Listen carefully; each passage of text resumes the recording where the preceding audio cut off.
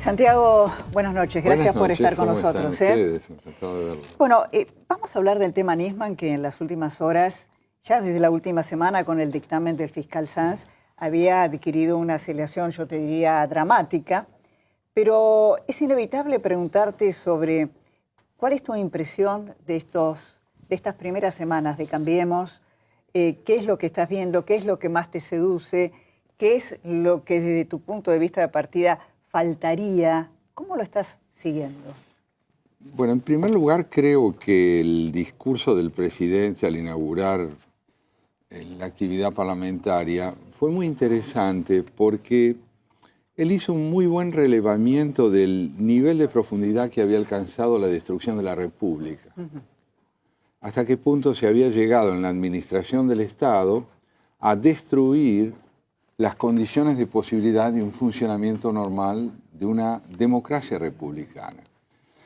La importancia de este relevamiento para mí no consistió tanto en el procedimiento de echarle la culpa al pasado, sino en hacer un muy buen diagnóstico de la magnitud de la tarea que le espera al gobierno a la luz de la profundidad de la catástrofe que él describió. Entonces, poder emprender una tarea nueva, retratando la magnitud de las dificultades, aleja al discurso presidencial de la demagogia. Porque si la magnitud de los problemas es tal, caer en la tentación de las promesas es desconocer esa profundidad de los problemas que hay que enfrentar. Ahora, al mismo tiempo, Santiago, hay un mensaje de esperanza también del presidente. Sí. Porque él convoca al final especialmente a no tener miedo, a no sentirse abrumado, y habla de la unidad nacional. ¿Cómo has visto ese tramo del discurso? Lo vi como un discurso netamente político. Político quiere decir, ¿cuál es el sentido, filosóficamente hablando, cuál es el sentido de la política? Hacer de la adversidad la materia de una tarea. No entender nunca que la adversidad es un certificado de defunción. Entonces este hombre se planta frente a la adversidad y dice, ¿de dónde sale la esperanza? La esperanza sale de la pasión por la transformación. No hemos, dice él, venido, en su discurso, no hemos venido a condenar la realidad ni a negarla, hemos venido a transformarla. Si podemos empezar a concebir la política como un ejercicio de elaboración de los conflictos mediante la convivencia y el debate, me parece que nos encaminamos hacia otro escenario político en el país. Entonces yo advertí, por eso digo, un discurso político, netamente político, no partidario, político, una concepción de la política, y al mismo tiempo creo que el discurso del presidente fue un discurso en el cual se notó con mucha claridad que él está aprendiendo a gobernar. Creo que esto es notable, es importante, ¿verdad? No estábamos frente a un presidente que nos decía, esto se hace así. Él decía, es imprescindible hacer esto. Vamos a intentarlo. Pero tener el coraje de mostrarse como un constructor que aprende su oficio, creo que le lleva a la sociedad un mensaje profundamente sereno. Vamos a poner lo mejor de nosotros para aprender a hacer la tarea. La magnitud es esta. ¿Estaremos a la altura de las circunstancias? Lo vamos a intentar. ¿Terminaremos en 4 años de gobierno con todo lo que hay que resolver? De ninguna manera. Por ejemplo, cuando él dice pobreza cero, creo que hay que ser muy insensato para presumir que él piensa terminar en 4 años con la pobreza. Lo que él está diciendo es que esa meta va a orientar el desarrollo de la actividad y de la gestión de esta administración. Ahora, ¿qué le falta? ¿Qué le faltaría a tu Bueno, juicio? yo creo que lo que falta es terminar de señalar. entender bien cómo va a operar la oposición. Porque se está constituyendo un nuevo escenario político donde la oposición no va a tener una finalidad apocalíptica. Claro, hasta ahora el cristianismo sí. Sí, sí. Yo creo que el cristianismo tiene más pasado que porvenir, pero lo tiene porque su discurso es senil. Es un discurso viejo. No tiene un discurso a la altura de las circunstancias. Está aferrado a la idea de que los conceptos de la década del 70 siguen teniendo vigencia social. Y a mí me parece que las elecciones demostraron que no lo tenían ya, pero no porque la diferencia entre ganadores y perdedores fue muy notable, sino porque la magnitud de los trastornos sociales que ocasionó el kirchnerismo se hizo sentir a lo largo de todo el país. Entonces, estamos frente a un discurso senil y el peronismo está luchando contra la senilidad. Necesita apartarse de ese repertorio de conceptos que están estancados en el pasado. ¿Lo logrará? Es oficio. El peronismo tiene oficio de actualización, pero a la democracia le va a hacer mucho bien que la oposición esté inscripta en el sistema y que las disidencias se den dentro de las reglas del juego.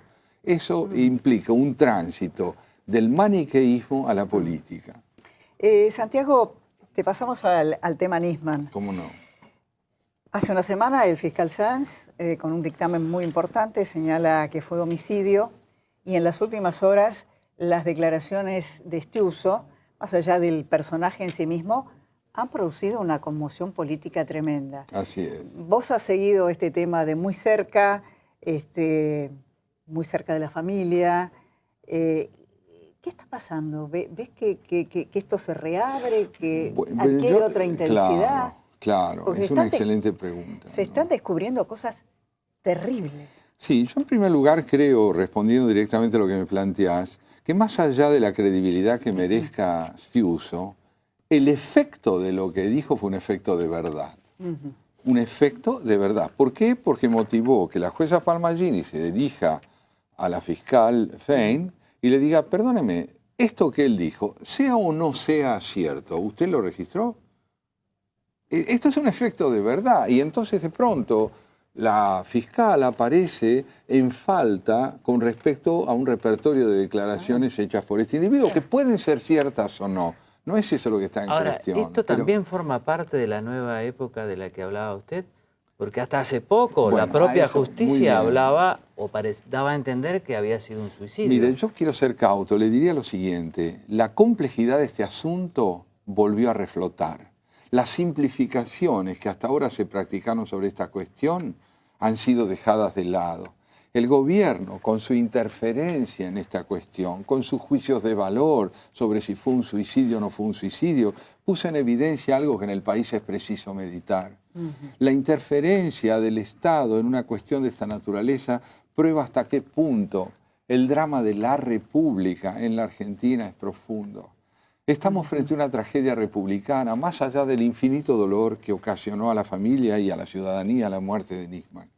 Una república que está invadida por la interferencia omnipotente del Poder Ejecutivo, que emite juicios acerca de la índole de este señor que murió, se mató, no se mató, y la gente no advierte hasta qué punto la muerte de Nisman es el indicio de una tragedia estructural mucho más amplia, que es el carácter frágil de una república cuyos contenidos se debaten barrialmente como si se tratara de un problema personal. Es muy correcto lo que usted dice, porque a Nisman se lo ha denigrado después de muerto. Así es. ¡Qué bajeza! Claro, Pero ¿qué está representando todo eso? Porque lo han hecho y mucha gente lo ha creído. Bueno, el Poder Ejecutivo interviene en esta cuestión de un modo que demuestra hasta qué punto el Estado está reducido a la omnipotencia de quienes gobiernan y la ley está sujeta al poder.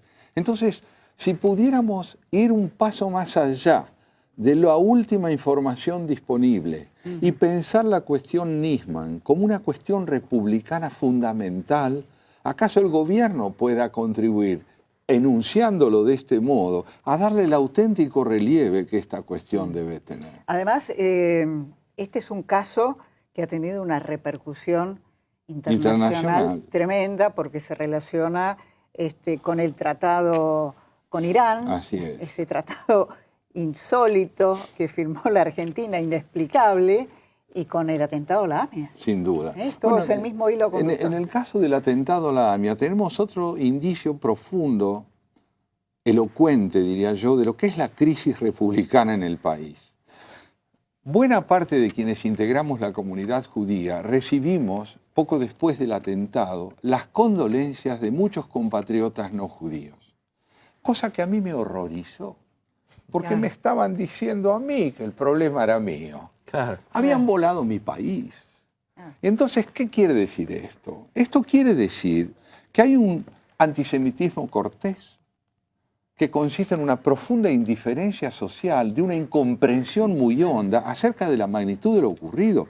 Me parece bien que nos solidaricemos con los familiares que han perdido sus víctimas, pero entender que el problema fue un problema de la comunidad judía, como lo demuestra el hecho de que los 18 de julio vaya gente de la comunidad nada más al acto, esto viene a demostrar la incomprensión profunda de lo que significa la crisis republicana, tarea que el gobierno tendrá que ayudar a remontar.